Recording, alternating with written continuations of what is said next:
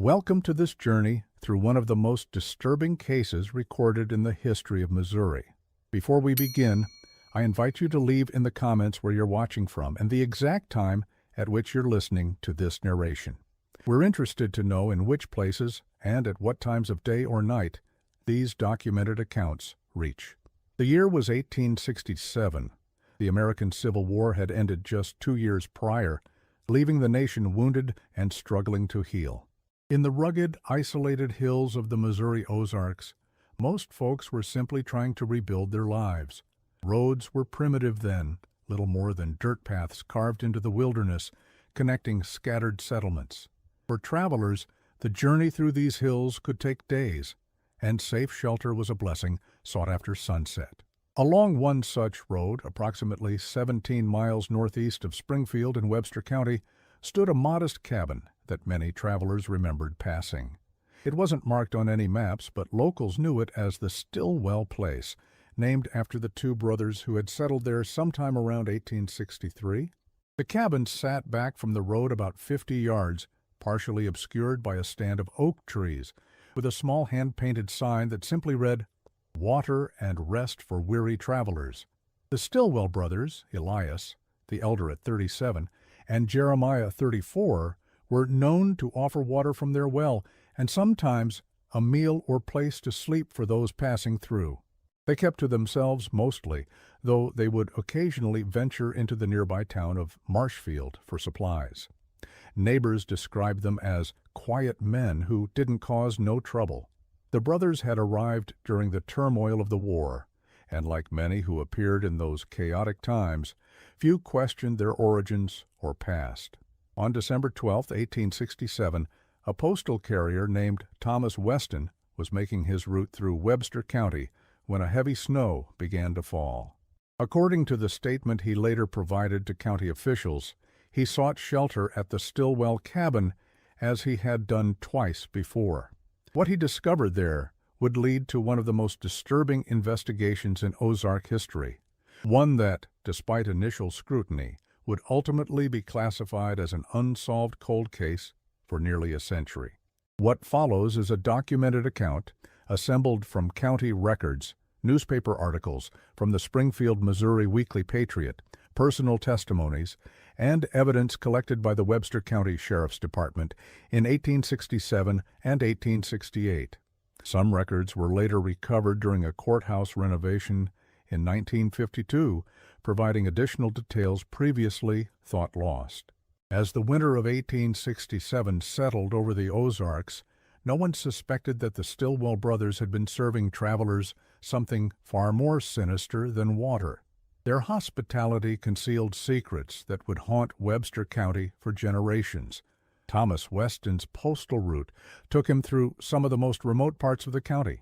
At 31 years old, he was no stranger to the hardships of the trail, having served as a scout during the war. The snow was coming down heavily that December afternoon, and visibility was poor. He later testified that he almost missed the turn to the Stillwell Place, only noticing it when his horse stopped suddenly near the path. The cabin looked different somehow, Weston stated in his report. No smoke from the chimney, despite the cold. No lantern in the window, like there usually was. He approached cautiously, noting that there were no fresh tracks in the snow, which struck him as odd. The Stillwells rarely left their property during winter months. Weston claimed he called out several times before trying the door, which he found unlocked. The interior was dark and unusually cold. A half-eaten meal sat on the table, the food hardened with frost. The fireplace contained only cold ashes. Most striking, according to Weston, was the silence. It was the kind of quiet that makes a man's ears ring, he wrote. A search of the cabin revealed no sign of the brothers. Their coats still hung by the door. Their rifles remained mounted above the fireplace. It appeared they had simply vanished in the middle of a meal. Weston, concerned and confused, decided to continue to Marshfield, despite the worsening weather, to report his discovery to Sheriff James Harrington. Initial assumptions were simple. Perhaps the brothers had gone hunting and gotten caught in the storm. Maybe they had relatives nearby they'd gone to visit. But something about the abandoned meal troubled the sheriff enough to assemble a search party the following day. What they found, or rather, what they didn't find, marked the beginning of a mystery that would only deepen with time. The Stillwell brothers had appeared in Webster County during the summer of 1863, a time when the war had turned the Ozarks into a lawless frontier. Missouri, a border state with divided loyalties, saw some of the most vicious guerrilla fighting of the conflict. Amid this chaos, two brothers purchasing a plot of land and building a cabin raised few eyebrows. According to land records recovered in 1952, Elias and Jeremiah Stillwell bought their property from a widow named Margaret Holloway, whose husband had been killed at the Battle of Wilson's Creek. They paid in gold coins, which was unusual enough to be mentioned in the deed. The brothers claimed to be from Kentucky, though they offered little else about their background. Martha Simmons, who ran the general store in Marshfield at the time, recalled the brothers in a journal found among her personal effects after her death in 1881. The Stillwell men keep to themselves, but are always proper in their dealings, she wrote. The younger one, Jeremiah, has a nervous manner about him, always watching the door. The elder speaks for them both most times. They purchase large quantities of coffee, salt, and other preserving agents. When asked, Elias said they smoke meat to last the winter, though I never seen them buy much in the way of livestock. The brothers quickly established a reputation for offering clean water to travelers. Their well, dug deeper than most in the area, provided cool, clear water even during dry spells. Within a year, they had added a small lean-to shelter where travelers could rest if needed. By 1865, they occasionally offered meals for a small fee or trade goods. Jacob Miller, a cattle driver who used the road frequently, gave a statement in January 1868 that sheds light on the brothers' operation. They'd have stew ready most days, good, hearty stuff. Said they hunted their own meat, never saw them do much farming, though they had a small garden patch. The older one, Elias, he'd make conversation while the younger one tended to the horses or fetched water. Looking back, I can't recall ever seeing any other travelers there when I stopped, though they spoke of having many visitors. The Stillwells seem to exemplify the frontier hospitality necessary for survival in such isolated regions. Their establishment was modest, but provided a welcome respite for those traveling the difficult road between Springfield and points northeast. Nothing in their observed behavior suggested anything amiss. Yet after the brothers' disappearance, a thorough search of their property would reveal troubling inconsistencies in the peaceful image they had cultivated. Sheriff Harrington's search party arrived at the Stillwell property on December 13, 1867. The snowfall had stopped, leaving 8 inches of pristine white covering the landscape. 6 men, including the sheriff and Thomas Weston, carefully examined the cabin and surrounding area. The official report, filed with the county clerk and recovered during the 1952 renovation, detailed their findings. No signs of struggle within the dwelling. Brothers' personal effects appear undisturbed. Unusual discovery of ledger book beneath floorboard under Elias Stillwell's bed. Book contains names, dates, and notations of value received, though meaning unclear.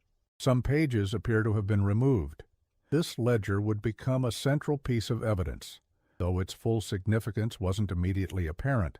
It contained 37 entries dating from October 1863 to November 1867, each with a name, date, and cryptic notations about items of value.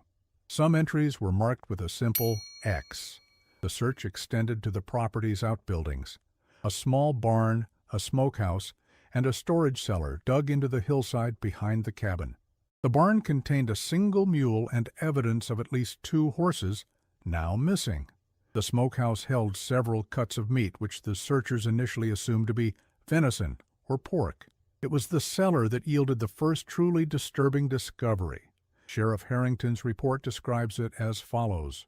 Root cellar extends approximately 15 feet into hillside. Wooden shelves contain preserved goods consistent with normal household stores. However, rear wall appears to have been recently excavated, revealing narrow tunnel. Tunnel extends additional 27 feet, terminating in chamber roughly 8 feet by 10 feet in dimension. chamber contains numerous personal effects, watches, rings, clothing items, papers. All appear to belong to different individuals. Most troubling discovery, 32 pairs of boots and shoes of varying sizes, some showing considerable wear, others appearing nearly new. The collection of personal items was extensive enough to suggest they had been gathered over several years. None of the items matched descriptions of the Stillwell brothers' known possessions. The implication was clear. These belongings had likely been taken from others, presumably travelers who had stopped at the cabin. Yet no bodies were found, no blood evidence, nothing to conclusively prove violence had occurred. The most incriminating evidence was circumstantial. Why would the brothers have a hidden chamber filled with strangers' belongings? The search party expanded their efforts, combing the surrounding woods and checking the well, but the heavy snow hampered their progress. Sheriff Harrington ordered the property sealed and posted guards to prevent tampering with potential evidence, while he returned to Marshfield to organize a more thorough investigation. Word spread quickly through the county. The mysterious disappearance of the Stillwell brothers, combined with the discovery of the hidden chamber, created a sensation. The Springfield, Missouri Weekly Patriot ran a front-page story on December 17, 1867, with the headline, "Strange Disappearance in Webster County, Foul Play Suspected." As winter's grip tightened on the Ozarks, residents began to recall details about the Stillwell brothers that had seemed insignificant before, but now took on sinister overtones. The Stillwell cabin stood empty and silent through the winter of 1867–68. Sheriff Harrington had it locked and regularly patrolled, though few locals ventured near the property after rumors began to spread. The investigation continued despite the challenges of the season, with Harrington interviewing anyone who had dealings with the brothers. A more detailed examination of the ledger book found under the floorboards provided the first substantial clues. Each entry followed a pattern, a name, a date, a notation about items of value, watches, coins, a fine coat, etc., and occasionally details about a destination. Entries marked with an X included an additional notation about the quality of goods. The final entry, dated November 29, 1867, read, J. Hammond, Springfield Merchant. Gold timepiece, $37 notes. Quality goods, X. Sheriff Harrington cross-referenced these names with reports of missing persons and found several matches. Joseph Hammond, a Springfield merchant, had indeed been reported missing by his family after failing to return from a business trip to St. Louis in late November. Similarly, William Cooper, listed in an entry from July 1867, had disappeared while traveling to visit relatives in Springfield. The implications of these matches were disturbing, but still circumstantial. Without bodies or witnesses, proving that the Stillwell brothers had been involved in disappearances remained challenging. Throughout January and February of 1868, Sheriff Harrington meticulously compiled a list of all travelers reported missing along the routes near the Stillwell property. The list eventually contained 23 names dating back to late 1863, shortly after the brothers had established themselves in the area. One name on the list proved particularly significant. Reverend Michael Donovan, a circuit preacher known to travel throughout the Ozarks, had disappeared in April 1866 while journeying from Springfield to Lebanon. His name appeared in the ledger with the notation, Man of Cloth, Silver Cross, Few coins, books of no value. X. Reverend Donovan's congregation in Lebanon had conducted extensive searches when he failed to arrive, but no trace of him had been found. The discovery of his name in the ledger prompted a renewed search focusing specifically on the areas around the Stillwell property. On February 23, 1868, during a brief thaw, Sheriff Harrington's deputies found a shallow grave approximately half a mile from the cabin, concealed in a thicket of brambles. The grave contained the remains of a man wearing the tattered remnants of clerical clothing. A silver cross, mentioned in the ledger entry, was notably absent. The discovery of Reverend Donovan's remains provided the first concrete evidence that the Stillwell brothers had been involved in at least one disappearance. However, the condition of the remains raised troubling questions. According to Dr. Hayes's examination notes, the body showed evidence of extensive post-mortem processing. Flesh removed from majority of bones with precision suggesting knowledge of anatomy. Long bones broken at ends in manner consistent with marrow extraction. This grim finding suggested something far more disturbing than simple robbery and murder. It hinted at practices so depraved that even hardened frontier lawmen were reluctant to consider the implications. In March 1868, when the ground had thawed enough for more extensive digging, Sheriff Harrington organized a thorough search of the property. County records indicate that 20 men participated, systematically excavating areas around the cabin, barn, and cellar. What they discovered was described in clinical terms in the official report, but newspaper accounts were more explicit. The Springfield, Missouri Weekly Patriot's March 19, 1868 edition reported, "Grim discovery at Stillwell Farm. Human remains unearthed." According to the official record, investigators found human remains in 3 locations on the property: in a deep pit behind the barn scattered in the wooded area approximately 200 yards northwest of the cabin, and, most disturbing, sealed within the walls of the smokehouse. Forensic science was primitive in 1868, but Dr. William Hayes, the county physician who examined the remains, estimated they belonged to at least 7 different individuals. His notes, preserved in the county archives, indicate that some bones showed evidence of being processed with tools similar to those used in butchering animals. The most damning evidence came from the smokehouse. Among the hanging meats that the search party had initially assumed to be venison or pork, Dr. Hayes identified cuts that were unmistakably human in origin. His report states simply, "Certain preserved meats appear to be of human derivation, prepared in a manner suggesting knowledge of anatomy and preservation techniques." The implications were horrifying. The Stillwell brothers had apparently been killing travelers, taking their valuables, and, most unthinkably, processing their remains as food, which they then served to subsequent travelers who stopped at their cabin.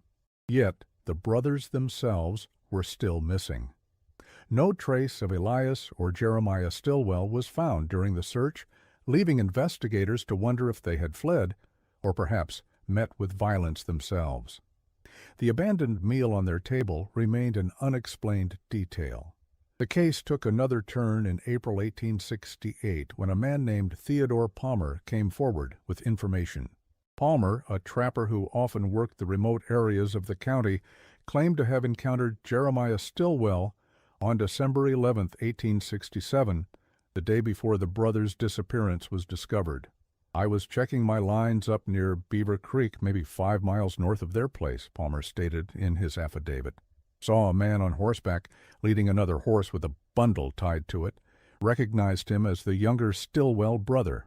He seemed in a hurry, didn't stop to talk like he normally would, just nodded and kept riding north. Didn't think much of it until I heard about them going missing." Palmer's statement suggested that at least Jeremiah Stillwell had left the property deliberately, taking provisions with him.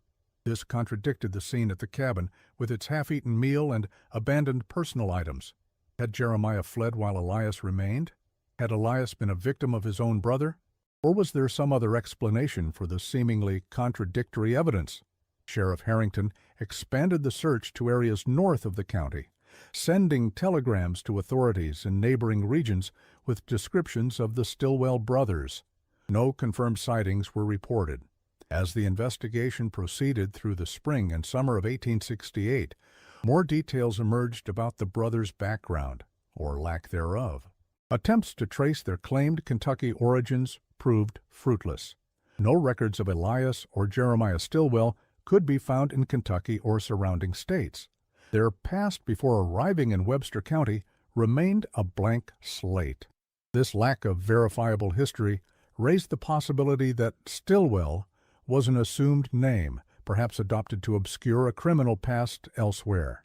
Sheriff Harrington sent inquiries to law enforcement, in multiple states, seeking information about similar crimes or suspects matching the brothers' descriptions.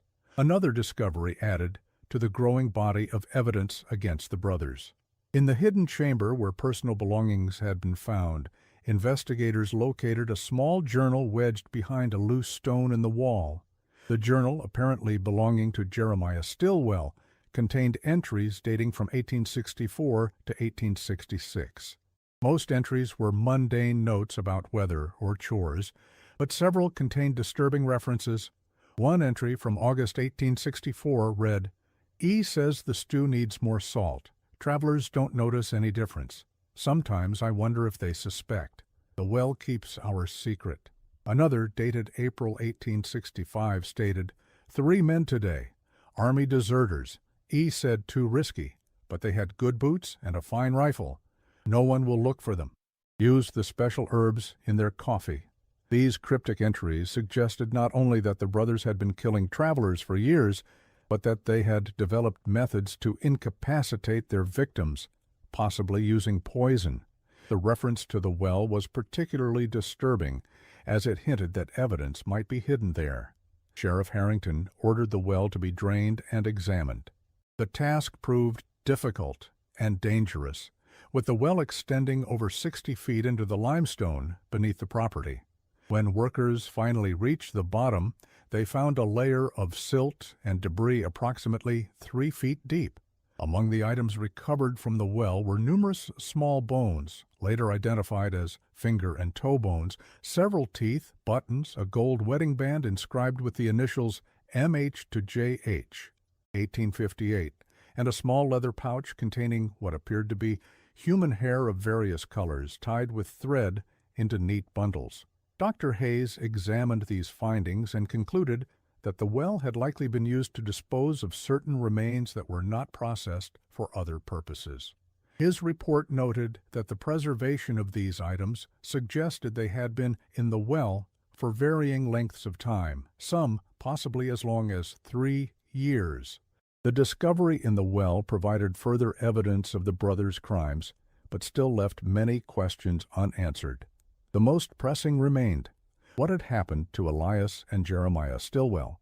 By August 1868, with no further leads and the brothers still missing, the active investigation began to wind down. Sheriff Harrington maintained that the case remained open, but resources were redirected to more pressing matters. The Stilwell property, considered a scene of horrific crimes, remained abandoned, the county unable to legally dispose of it without resolution regarding its owners. The story of the Stilwell brothers and their gruesome hospitality quickly entered local folklore. Parents warned children to be wary of strangers offering food or shelter. Travelers through the area gave the property a wide berth, crossing themselves as they passed. The cabin itself began to deteriorate, vegetation gradually reclaiming the cleared land around it.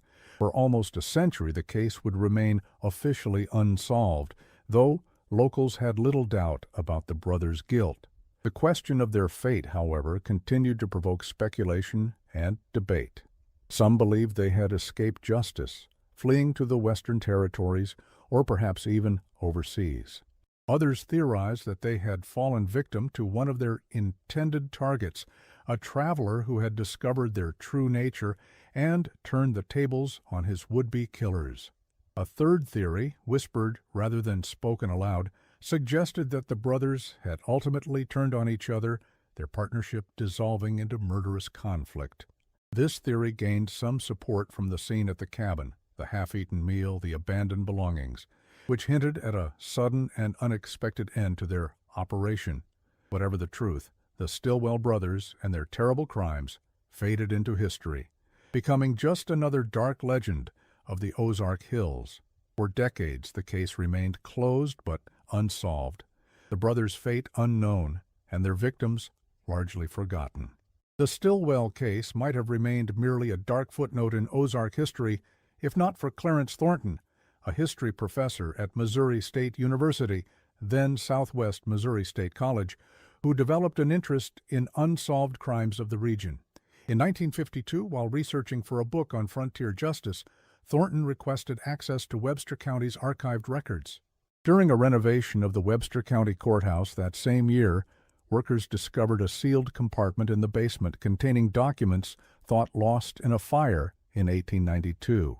Among these were additional records relating to the Stillwell case, including detailed inventories of items found in the hidden chamber and several photographs taken at the scene, some of the earliest crime scene photography in Missouri history. The photographs, though deteriorated, showed the cabin interior, the excavated tunnel, and the collection of personal items. One particularly unsettling image captured the smokehouse interior with its hanging meats, taken before their true nature was discovered. The clinical detachment of the black and white image somehow made it more disturbing when viewed with the knowledge of what it actually depicted. Thornton also uncovered correspondence between Sheriff Harrington and authorities in other states that hadn't been included in the official case file. Most significantly, he found a letter from the sheriff of Daviess County, Kentucky, responding to Harrington's inquiries about the Stillwell brothers. The letter, dated June 3, 1868, stated, "No record of Stillwell brothers as described." However, case from 1861 bears similar patterns. Brothers Ezekiel and Joshua Hartley disappeared following accusations of grave robbing and customer poisoning at their roadside tavern. Descriptions match your suspects. Ezekiel would now be approx. 37 years, Joshua 34. Both known for unusual interest in anatomy and preservation methods. Joshua worked briefly as assistant to local doctor before dismissal for unspecified misconduct. This connection suggested the Stillwell brothers had likely been the Hartleys, who had changed their identities and relocated to Missouri during the chaos of the Civil War. Their pattern of predatory behavior had apparently begun earlier and in another state, adding a new dimension to the case. Further research by Thornton uncovered additional details about the Hartley brothers.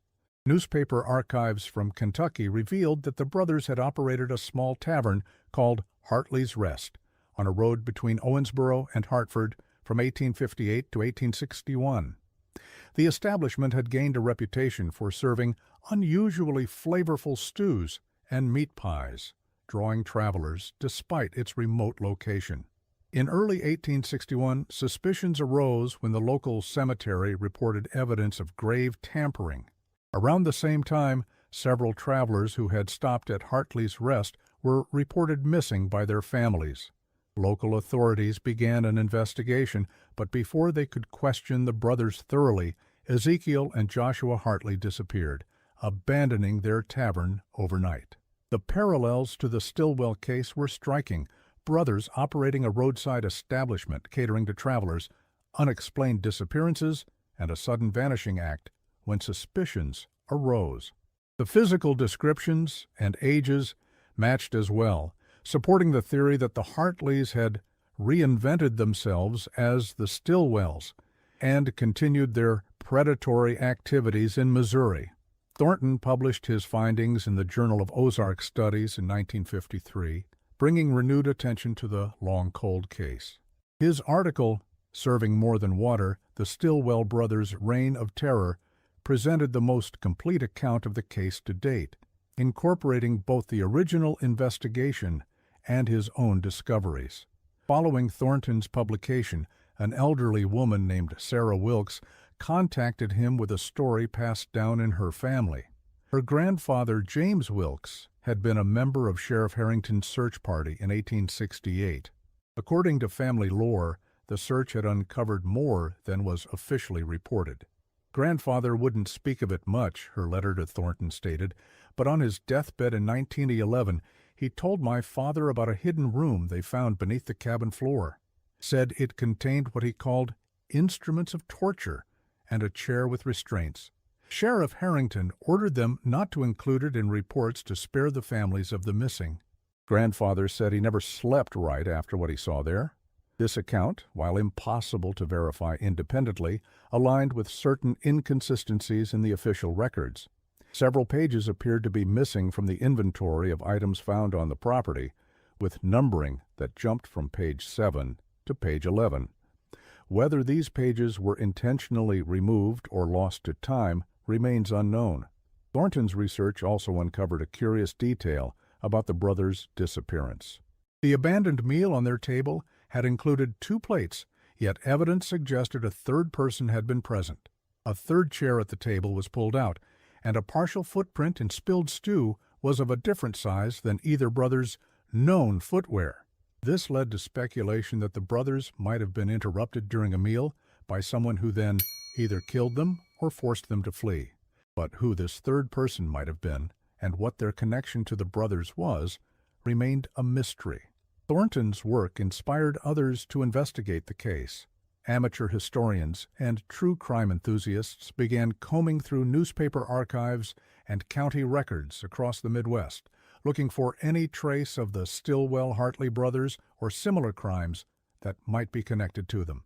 In 1954, a librarian in Jefferson City discovered a newspaper article from the St.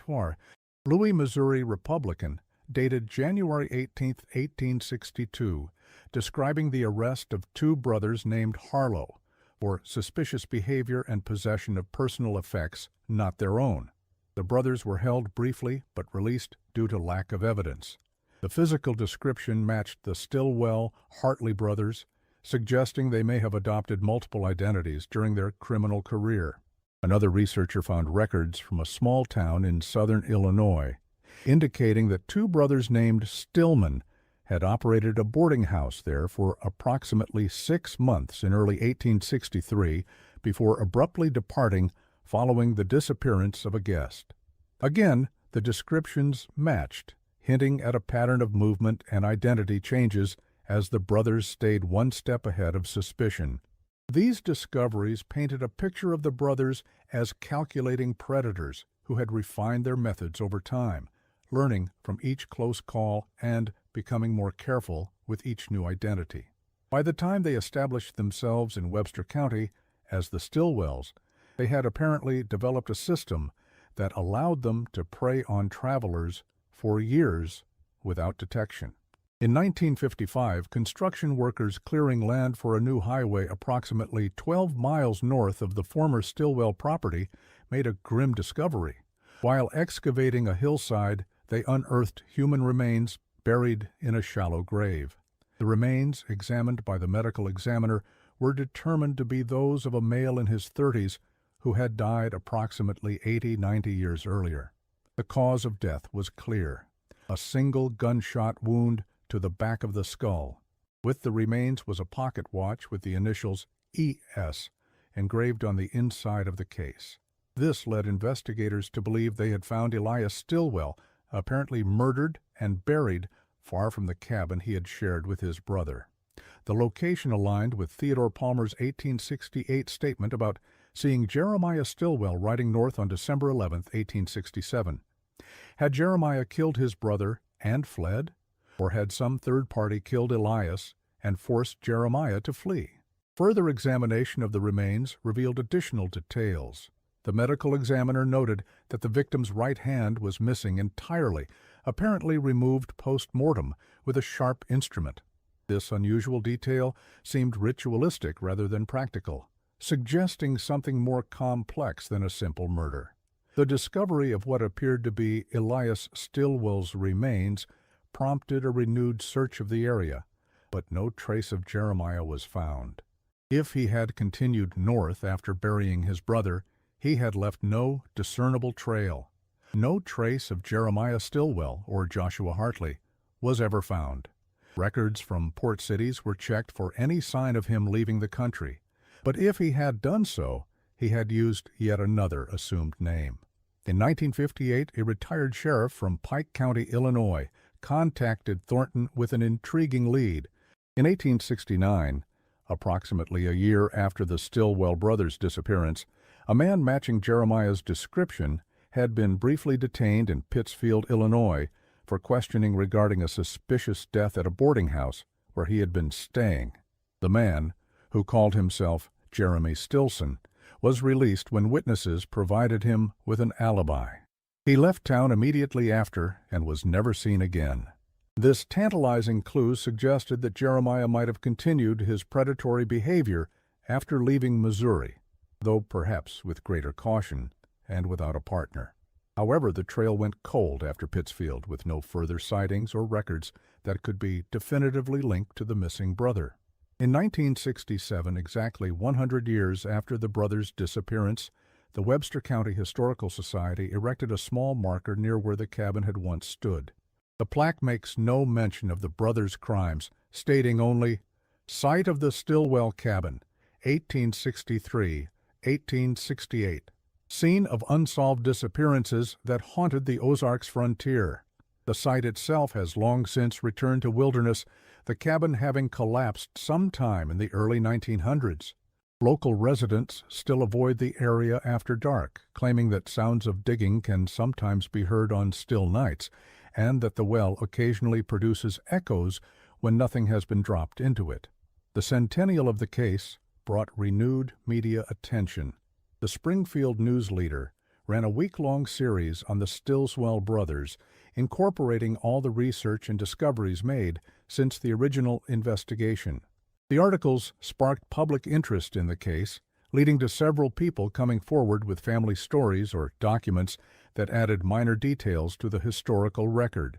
One particularly valuable contribution came from the descendants of Dr. William Hayes, the county physician who had examined the remains found on the Stillwell property. His granddaughter provided Thornton with a journal Hayes had kept, which included more detailed notes about his findings than had been included in the official reports. Hayes had written, "I am recording these observations separately from my official report as their nature is too disturbing for public consumption. The preparation of human remains found in the smokehouse shows evidence of specialized knowledge. Most disturbingly, there's evidence that selection was not random. Certain parts were clearly preferred over others, suggesting a ritualistic or preferential aspect to the brothers' consumption patterns. These private notes confirmed what many had suspected, but few had been willing to state explicitly. The Stillwell brothers had not merely killed and robbed their victims, but had processed and consumed their remains with deliberate methodology, suggesting a level of depravity beyond simple murder for profit. The meat was not merely cut from bone, but processed with techniques one might expect from a trained butcher or medical professional. Certain organs appear to have been carefully removed and preserved separately. In 1968, a retired postal worker named Harold Weston, great-grandson of Thomas Weston, who had discovered the abandoned cabin, donated a box of his ancestors' personal papers to the Webster County Historical Society. Among these was a journal Thomas Weston had kept during his later years. An entry dated April 17, 1882, contained a startling confession. "I have carried this secret for 15 years, but find I cannot take it to my grave.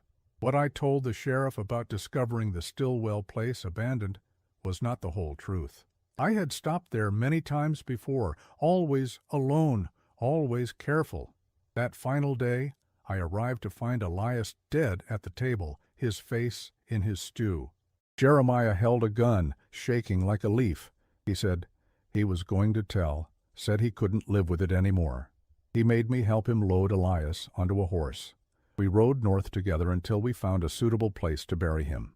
Jeremiah gave me a gold watch and $50 to keep quiet, then said he was heading for Oregon Territory. I have not seen him since. May God forgive me for my silence and complicity." This confession, if accurate, answered some questions while raising others.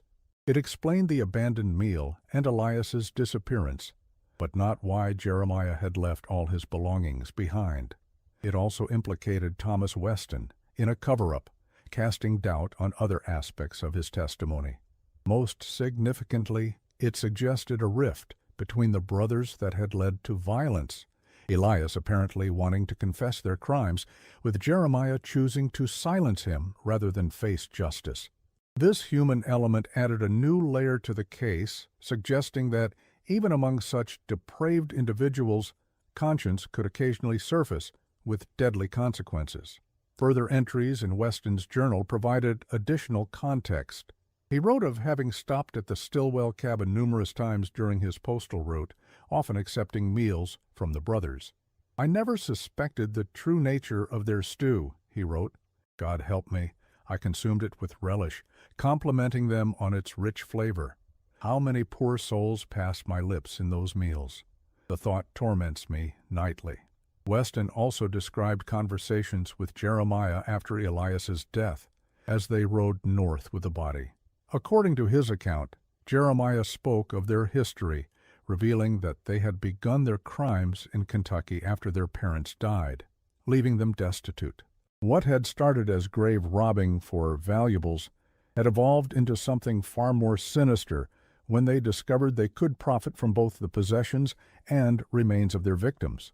He spoke of it so matter-of-factly, Weston wrote, as if discussing the weather or crop prices. Said they'd perfected their methods over the years, learning which herbs would make travelers sleepy without affecting the taste of the food.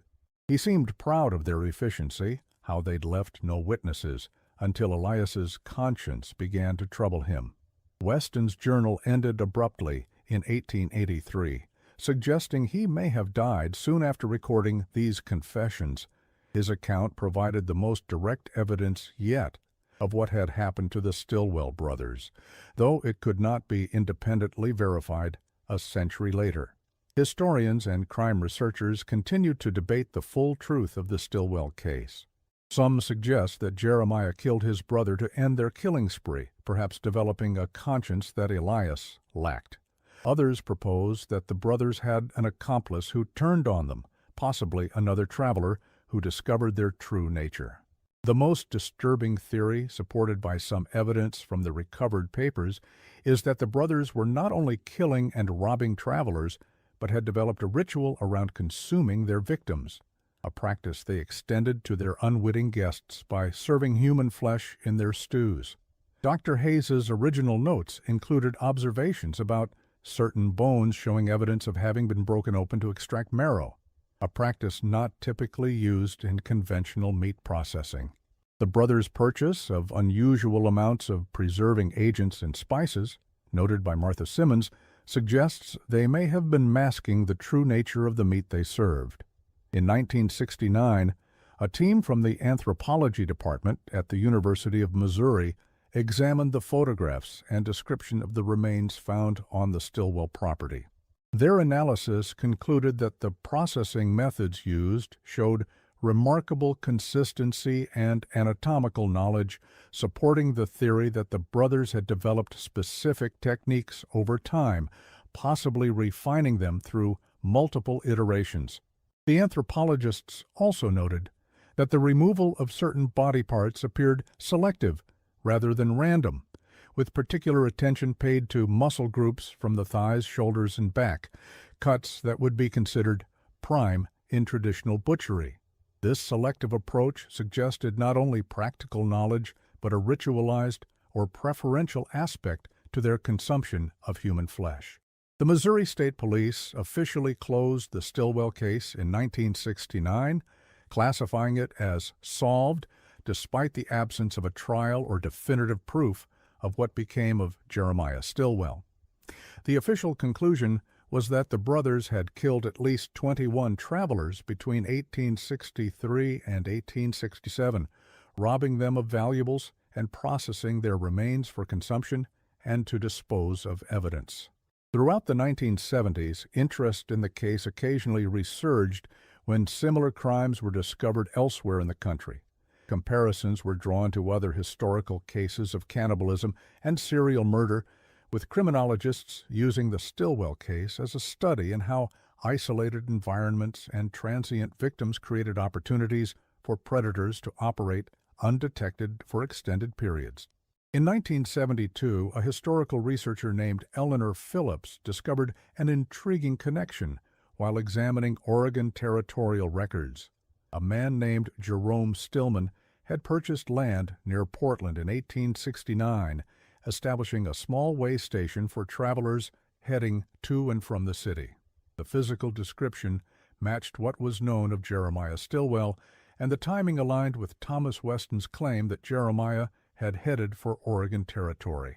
Phillips found that Stillman had operated his way station for approximately 3 years before selling the property and disappearing from records. During that time, at least 2 travelers had been reported missing after being seen heading toward his property, though no investigation appeared to have connected these disappearances to Stillman. This discovery suggested that Jeremiah might have continued his predatory behavior after fleeing Missouri, though perhaps with greater caution and a quicker willingness to move on when suspicions arose. The pattern fit with what was known of the brothers' earlier movements through Kentucky, Illinois, and Missouri, establishing themselves in relatively isolated locations, preying on travelers and relocating when necessary. However, the trail went cold after Stillman sold his Oregon property in 1872. If Jeremiah Stilwell had adopted yet another identity, he had done so without leaving records that could be connected to his previous personas. Whether he eventually faced justice, died of natural causes, or continued his crimes under another name remains unknown. The final whereabouts of Jeremiah Stilwell remain a mystery. If Thomas Weston's belated confession was accurate, Jeremiah headed to Oregon Territory.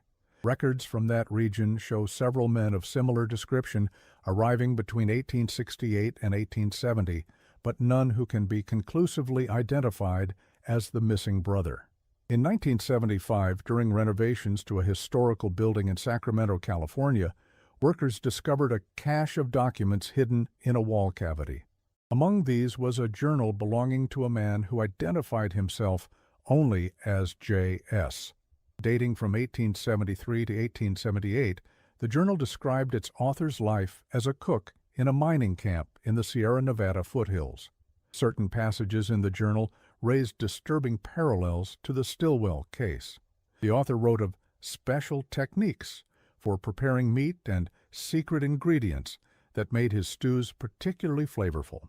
He mentioned that miners occasionally disappeared from the camp, but such occurrences were common and rarely investigated thoroughly. Most tellingly, an entry from 1877 stated, "Sometimes I miss E in our cabin in the hills. He was weak at the end, but for years we perfected our craft together. The guests never suspected what nourishment they received at our table. Here I must be more cautious, but the opportunities remain plentiful." While this journal could not be definitively linked to Jeremiah Stilwell, the similarities were striking enough that some researchers believe it provides evidence that he continued his murderous activities in California after leaving Oregon. The journal ended abruptly in October 1878, with no indication of what became of its author. The Stilwell case stands as one of the darkest chapters in Ozark history, a tale of frontier isolation, opportunistic predation, and unthinkable horror, masked by simple hospitality. It reminds us that in the vast wilderness of post-Civil War America, travelers put their lives in the hands of strangers with every stop they made. Today, the land where the Stilwell cabin once stood is private property, unmarked and unvisited. The well, according to local sources, was filled in during the 1970s. After several animals were found dead nearby, the water apparently contaminated by something seeping from the surrounding soil. The stretch of road that once brought travelers to the brothers' door has long since been rerouted, the old path barely visible now as a depression in the forest floor. Nature has reclaimed the scene of these historic horrors, covering them with new growth, but the earth remembers what happened there, even if human memory fades. In 1980, the Webster County Historical Society conducted an archaeological survey of the Stilwell property, hoping to find additional evidence that might shed light on unanswered questions. The foundation of the cabin was still visible, as were the collapsed remains of the root cellar and smokehouse. Excavation revealed few new insights, but soil samples taken from around the well showed unusually high concentrations of human bone fragments, suggesting that the brothers had disposed of remains there over an extended period. The archaeologists also found evidence of a previously undiscovered pit, approximately 50 yards behind the smokehouse, which contained a layer of ash and charred bone fragments, indicating that some remains had been burned rather than processed or buried. These findings confirmed the brothers' methodical approach to disposing of evidence. They appeared to have used multiple methods, processing some remains for consumption, burying others, burning some, and disposing of yet others in the well, making it unlikely that all their victims would ever be identified or accounted for. The archaeological team also discovered a small tin box buried beneath what had been the cabin's hearth. Inside was a daguerreotype photograph of two young men standing beside an older couple, presumably their parents. On the back was written, Ezekiel and Joshua Hartley, with mother and father, 1848. This confirmed the brothers' original identities and provided the only known image of them. The photograph showed two ordinary-looking young men, Ezekiel, later Elias, with a serious expression, and Joshua, later Jeremiah, with what appeared to be a slight smile. Nothing in their appearance hinted at the depravity they would later exhibit, a reminder that monsters often wear unremarkable faces. In a final eerie postscript to this case, a historian researching Missouri Civil War records in 1961 discovered that a Union patrol had briefly stopped at a cabin matching the Stilwell property's location in October 1863, shortly after the brothers had established themselves there. The patrol leader's report mentioned accepting a meal from two Kentucky men recently settled, and noted that 3 of his men fell ill afterward, though all recovered. Had this been an early, unsuccessful attempt by the brothers to claim victims? If so, it suggests their methodology evolved over time, becoming more effective and leaving fewer survivors to raise alarms. The patrol leader, Lieutenant James Morley, wrote that he found the brothers oddly hospitable given the tensions in the region, and noted that their cabin seemed unusually well appointed for men so recently settled. He described a meal of hearty stew with meat of indeterminate origin, and observed that the brothers seemed disappointed when the patrol announced their intention to continue their journey rather than camp for the night. This account, combined with the brothers' known history in Kentucky, suggests that they had arrived in Missouri with their murderous intentions already formed, wasting little time in attempting to continue their predatory activities. The fact that the patrol members survived might indicate that the brothers were still refining the herbs or poisons they later used to incapacitate their victims. In 1985, a doctoral student researching historical criminal psychology interviewed several elderly residents of Webster County who had grown up hearing stories about the Stilwell brothers. One recurring theme in these accounts was the brothers' apparent interest in folk medicine and herbal preparations. Martha Prentice, 93 at the time of the interview, recalled stories her grandmother had told her.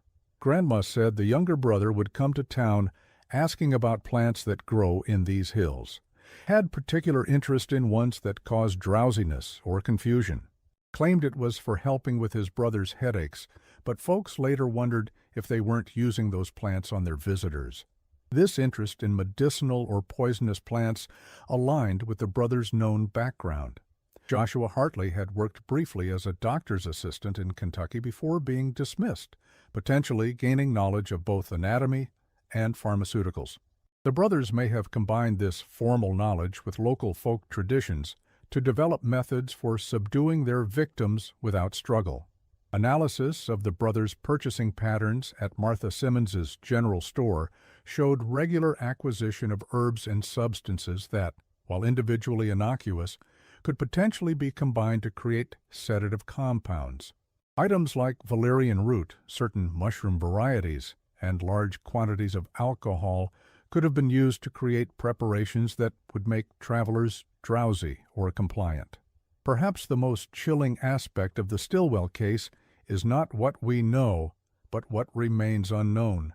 How many travelers simply vanished on those remote Ozark roads, their disappearances never connected to the murderous brothers? How many families never learned the fate of loved ones who set out on journeys and never arrived? And somewhere, perhaps, descendants of Jeremiah Stilwell live on, unaware of their ancestors' dark legacy, or carrying secrets of their own. In 1992, the case received renewed attention when a true crime author published The Stilwell Brothers, America's Forgotten Predators, a comprehensive examination of the case incorporating all known evidence and theories. The book became a regional bestseller and sparked interest in the case among a new generation. Following the book's publication, a woman from Northern California contacted the author with an intriguing family story. Her great-grandfather had operated a boarding house in Sacramento in the late 1870s. Among his tenants was a middle-aged man who worked as a cook at various establishments around the city. This man, who called himself John Smith, was described as polite but reclusive. According to family lore, Smith died suddenly in 1879 of what appeared to be a stroke. When the boarding house owner cleaned out his room, he found a locked trunk containing various personal items, including several watches, rings, and other valuables that seemed inconsistent with Smith's modest lifestyle. Also in the trunk was a journal containing entries that disturbed the boarding house owner so deeply that he burned it after reading only a few pages. The woman believed, based on the timing and description, that John Smith might have been Jeremiah Stilwell in his final identity. While this connection cannot be proven, it presents a plausible end to Jeremiah's story. Dying anonymously in California, his true identity and horrific crimes known only to himself. If this account is accurate, it suggests that Jeremiah Stilwell eluded justice throughout his life, taking the full truth of his crimes to his grave. The known victims represent only those who could be connected to the brothers through the evidence found at their Missouri cabin, likely a fraction of their total victims across multiple states and identities. The sound of water still echoes in that deep well, even filled with earth. The whispers of the past never truly fade in places where such darkness once dwelled. For those who know the story, passing through the Missouri Ozarks still brings a shiver of awareness, a reminder that not all who offered hospitality to weary travelers did so with pure intentions. In 2004, an episode of a popular television series on historical crimes featured the Stilwell case, bringing it to national attention. The show included interviews with historians, criminologists, and descendants of Webster County residents who had been involved in the original investigation. One particularly poignant segment featured an elderly woman whose great-grandfather had disappeared while traveling through Missouri in 1866.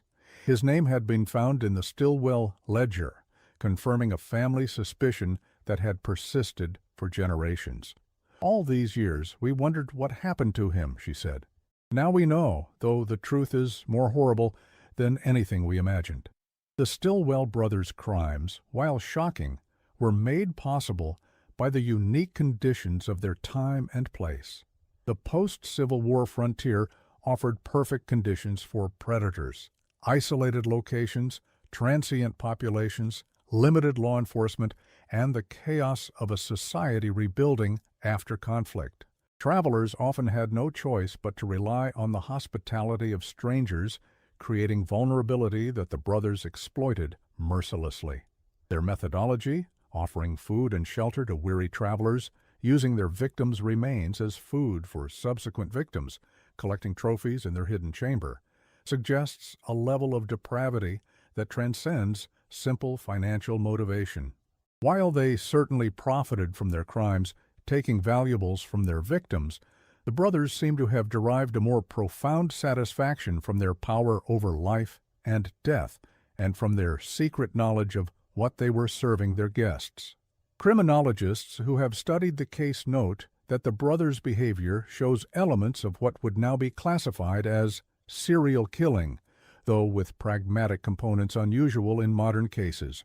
Their preference for travelers as victims shows an understanding of opportunity and risk management that allowed them to operate undetected for years. The fact that they served their victims' remains to subsequent travelers adds a layer of psychological complexity that continues to disturb those who study the case. Was this practical disposal of evidence a perverse form of humor or something more ritualistic?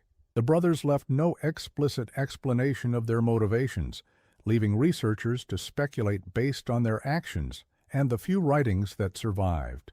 Today, the Stilwell case is taught in criminology classes as an example of historical serial murder and as a demonstration of how different environmental factors can shape criminal behavior. The isolated setting, the transient nature of the victims, and the limited forensic capabilities of the era created conditions that would be difficult to replicate in modern times. Yet the fundamental horror of the case remains timeless. The violation of the sacred trust between host and guest, the exploitation of human vulnerability, and the revelation that monsters often wear human faces, offering water to the thirsty and rest to the weary, while harboring unimaginable darkness within. The land where the Stillwell cabin once stood has been reclaimed by nature, the physical evidence of their crimes long since decayed or removed. But the story endures, a cautionary tale passed down through generations, a reminder of humanity's capacity for both hospitality and horror.